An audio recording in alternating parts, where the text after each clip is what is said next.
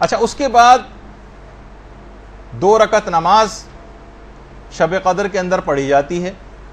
جس میں الحمد کے بعد ہر رکعت میں 7 مرتبہ سورہ قل هو اللہ احد پڑھی جاتی۔ دیکھیے، اس کا بھی پیغام یہ ہے کہ عام زندگی میں بھی اس شب میں یہ جو 2 رکعت نماز پڑھی جا رہی ہے، اس میں نماز کا عادی بننا ہے، اور معمولی باتوں پر نماز کو چھوڑنا نہیں ہے۔ ذرا سا بیمار ہوئے نماز چھوڑ دی، کسی تقریب میں جانا پڑ گیا نماز چھوڑ دی، کسی پکنک پہ جانا پڑ گیا نماز چھوڑ دی، کوئی سفر درپیش ہو گیا سفر میں نماز نہیں پڑھ رہے۔ اور اس نماز کو نہ صرف پڑھنا ہے بلکہ بہتر بھی بنانا ہے، پڑھنا بھی ہے،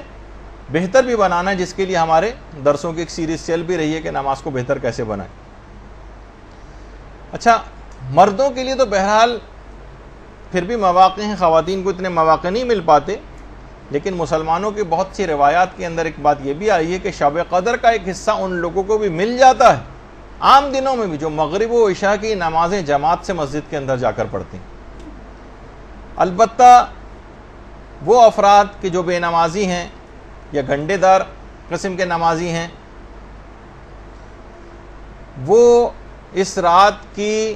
کیونکہ اس سے پیغام ہی انہوں نے کوئی نہیں لیا، جو 2 رکعت نماز بھی پڑھی بس اس رات کی حد تک رہے، اس کو پھیلایا نہیں اس شب قدر کو تمام راتوں کے اوپر۔ تو کیا اس سے ہوتا ہے کہ اکثر لوگ یہاں پر رابطہ کرتے ہیں مدرسے میں کہ ہمارے والد تھے، 70 سال کی عمر تھی، 90 سال کی عمر تھی، اور پوری زندگی میں ایک نماز بھی نہیں پڑھی، ان کی نمازیں پڑھوانا۔ پھر جب ان کو بتاتے ہیں، ان کے روزوں کا وہ بتاتے ہیں سلسلہ کہ یہ، تو سوچتے ہیں کہ تمہیں پوری جائیداد ہی ابا کے لیے جو قربان کرنی پڑے گی۔ تو اولاد بھی پریشان ہو جاتی ہے کہ اتنے روزے اور ان کی اتنی نمازیں کیسے کروائیں۔ باقاعدہ جو کتاب ہدیہ مبلغین ہے، اس میں کتاب شناخت نماز کے حوالے سے ایک روایت کو نقل کیا گیا۔ وہ یہ ہے کہ ایک دفعہ ایک شخص پیغمبر اسلام کے پاس آیا، اللہم صلی علی محمد و علی محمد،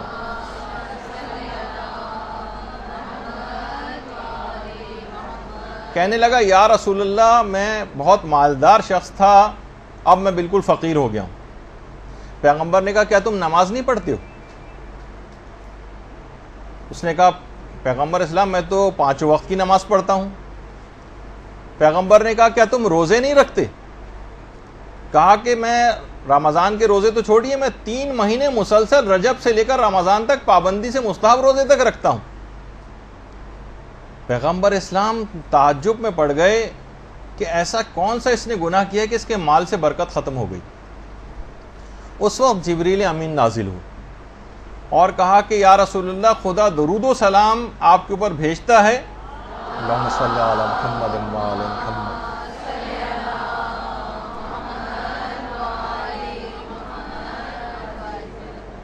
آپ اس بندے سے کہہ دیں کہ اس کا جو باغ ہے، اس باغ کے اندر ایک گھونسلہ ہے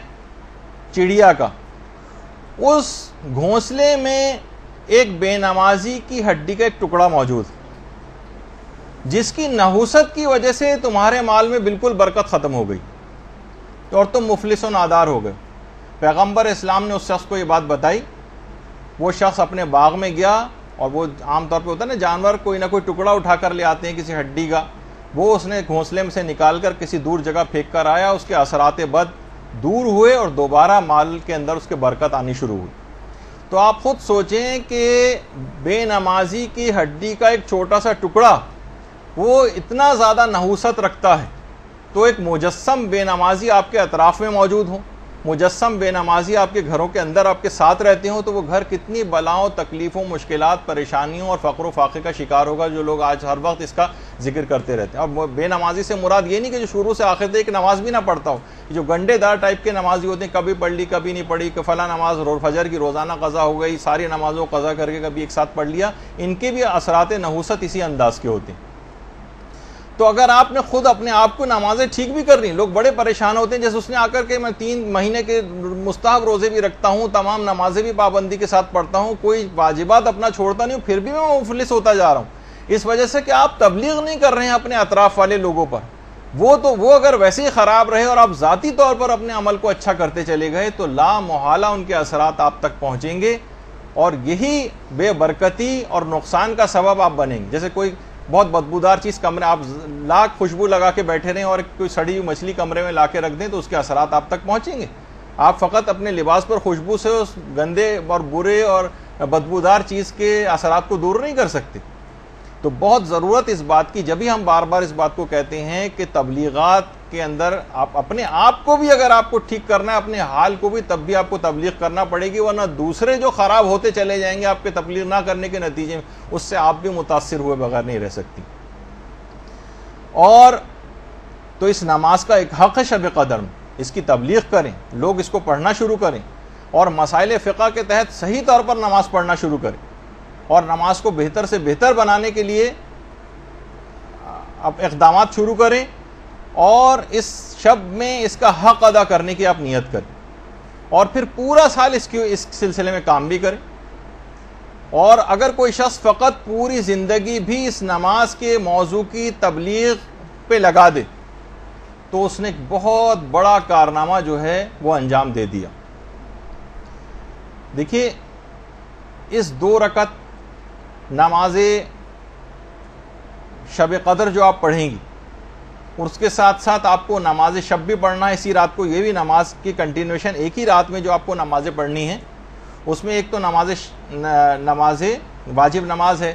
جو آپ کو مغرب عشاء کی پڑھنی ہے، اس کے بعد یہ 2 رکعت نماز شب قدر ہے، اور اسی رات آپ کو نماز شب کا پابندی کی بھی نیت کرنی۔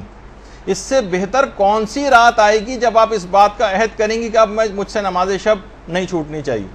جو بالکل مبتدی ہیں، جب تک بالکل نہیں پڑھتے ہیں، میں ریکمینڈ کروں گا کہ وہ 1 مہینے تک فقط 1 رکعت نماز شب سے ابتدا کریں۔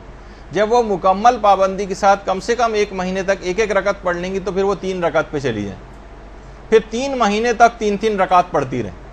اور اس کے بعد جب 3 مہینے تک عادی ہو جائے تو پھر آرام سے 8 رکعتیں اور 11 رکعتوں تک بھی جانا کوئی مسئلہ نہیں ہوگا، چلتے پھرتے بھی پڑھی جا سکتی ہیں، الحمد کے اوپر اکتفا بھی کیا جا سکتا ہے، تمام مستحبات بھی نکالے جا سکتے ہیں، چند منٹ کی یہ نماز، لیکن اس کا آپ کو عادی بننا پڑے گا۔ اور نماز شب کے متعلق یہ بات کہی جاتی ہے کہ یہ معنی گناہان آئندہ ہے اور کفارہ گناہان گزشتہ ہے،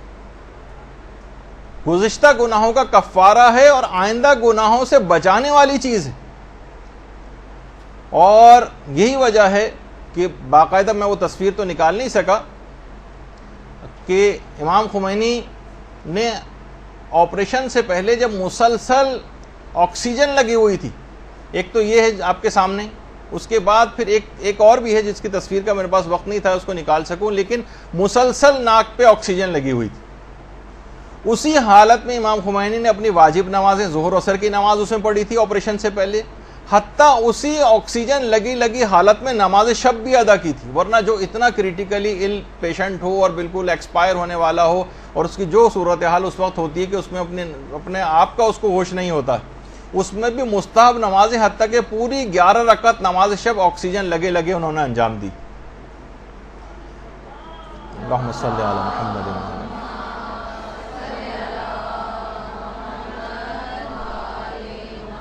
کیسے چھوڑ دیتے اس نماز کو جس کے لیے ان شب قدروں میں عہد و پیمان کیا ہوا تھا؟ صاحب ارادہ تھے، ہماری طرح تو نہیں تھے کہ ذرا سی ہاتھ کے اوپر اگر ڈرپ لگ جائے تو ہم اس کو چھوڑ دیتے ہیں۔ امام خمینی کی حد تک تو ہے ہی بات، لیکن آیت اللہ یہ بھی کچھ عرصے پہلے ان کی بھی تصاویر وغیرہ اس انداز سے آئیں گی۔ ظاہر ہے کہ علماء، امام خمینی کی تو ایک الگ ہی شخصیت تھی کہ ان کو ایک چیز فلم بنائی جا رہی تھی ان کی، تاکہ ان کی شخصیت ایک رہبر کبیر ہونے کے حوالے سے تھی، لیکن دیگر ہمارے مراجع وہ بھی اسی طرح سے عمل کرتے ہیں، تمام مستحبات کے ساتھ عمل ہوتا ہے کہ کس طریقے سے نمازی، اور کا بھی یہی طریقہ کار۔ اور خود آپ دیکھیں کہ واقعی شب قدروں میں یہ جو اعمال ہیں اور جو نمازیں بھی ہیں، یہ خود یہ جو قوم آپ کے سامنے ہے جو تمام ظالموں سے اکیلی اور تنہا مقابلہ کر رہی ہے، وہ کس طرح سے ان کے اندر یہ کیفیت پیدا ہوئی۔ دیکھیں وہاں پہ جو بیمار ہیں، بیمار ہاسپٹلس کے اندر، اب کچھ تصاویر میں آپ کو دکھاؤں گا، اس سے ان لوگوں کا اندازہ ہوگا کہ کتنی ایمانی جذبہ اور اپنے آپ سے ان کا موازنہ کرتی جائیے گا کہ ہم معمولی سی چیزوں میں ڈرپ لگ گئی تو نمازیں چھوڑ دیتے ہیں، ہاتھوں میں کینیولا لگ گیا نمازیں چھوڑ دیتے ہیں، اسپتال میں داخل ہونا پڑ گیا، مریض تو چھوڑیے لواحقین تک نماز چھوڑ دیتے ہیں کہ کیسے یہاں پر نجاست ہے اور فلاں ہے اور کیا چیز ہے۔ اب آپ دیکھیے ان لوگوں کی حالت کہ وہاں پہ اعمال شب قدر کے لیے مریض تک بستر پہ لیٹ کر اعمال شب قدر جو ہے وہ انجام دے رہے ہیں. جو لواحقین ان کے ساتھ بیٹھے ہیں بجائے کہ فضولیات وقت ضائع کرنے کے ٹی وی دیکھنے کے وہ اس کے اندر مشغول ہیں. آپ خود سوچیں کہ ایمانی یعنی کسی بھی جگہ ہونا معنی نہیں ان کے لیے ہوتا ہے کہ وہ جو ہے اس رات کو عبادت جو ہے وہ انجام نہ دے. حتیٰ کہ جو اتنے قریب المرگ ہیں ان تک کو جو ہے عمل قرآن وغیرہ کروایا جا رہا ہے، اہمیت سے آگاہ ہیں. اور خود پیرامیڈیکل اسٹاف اور ڈاکٹر حضرات بھی بیٹھ کے کرتے ہیں اعمال اسی طریقے سے. یا جو جہاز میں ہیں اور شب قدر گزارنی پڑ رہی ہے تو باقاعدہ ایک کونے میں بیٹھ کے لوگ باقاعدہ اپنے اعمال شب قدر تک انجام جو ہے وہ دیتے ہیں. یہ نہیں سوچتے کہ ہم تو سفر میں ہیں. مثلا جو لواحقین ہیں مریضوں کے، وہ مریضوں کے لیے بھی اور وہیں پہ بیٹھ کر اپنی جو ہے عبادتوں کو جو ہے وہ انجام دے رہے ہیں. کتنی خواتین اس طرح سے ہیں بالکل قریب المرگ عزیز ان کے موجود ہیں، ان کے جو سرہانے جو ہے وہ بیٹھی ہوئی خواتین ہیں. خود مریض حضرات بھی یہ دیکھیے کہ باقاعدہ، ظاہر ہے کہ سب مریض تو اس طرح سے اسپتال میں نہیں ہوتے نا کہ کچھ بھی نہ کر سکیں، وہ بات بھی کر سکتے ہیں، کچھ چیز پڑھ بھی سکتے ہیں، تو وہ کیوں اپنے وقت کو جو ضائع کریں، وہ اس کو اس طور پر کام میں لے کر آتے ہیں. تو یہاں پہ بھی جو مریض ہیں ان کو کوشش کرنی چاہیے، ان کو چیزیں پڑھ سکتے ہوں تو آپ پڑھنے کو ان کو چیزیں دیں. اور جو لواحقین ہیں وہ بھی وہیں بیٹھ کر مریض کی صحت یابی کی، حتیٰ کہ جو بالکل مرض موت میں بس اب انتقال ہوا کہ تب انتقال ہو، ان کو بھی عمل قرآن وغیرہ وہاں پر کروائے جاتے ہیں اور ان کی طرف سے لوگ جو ہے وہ کرتے ہیں. اور ہمارے ہاں ہمیں بالکل برخلاف، ہمیں ایک جگہ بھی کہیں ایسا نظر نہیں آتا. آپ سروے کر کے دیکھ لیجیے شب قدروں میں کسی بھی اسپتال میں جا کے کیا ہوتا. مریض خود اپنے بستروں میں بیٹھ کر وہ جو کھانے کی جو ایک ٹیبل ہوتی ہے اس پہ رکھ کر قبلہ رخ ہو کر، اگر قبلہ جو ہے وہ بالکل ان کے پشت کی طرف ہے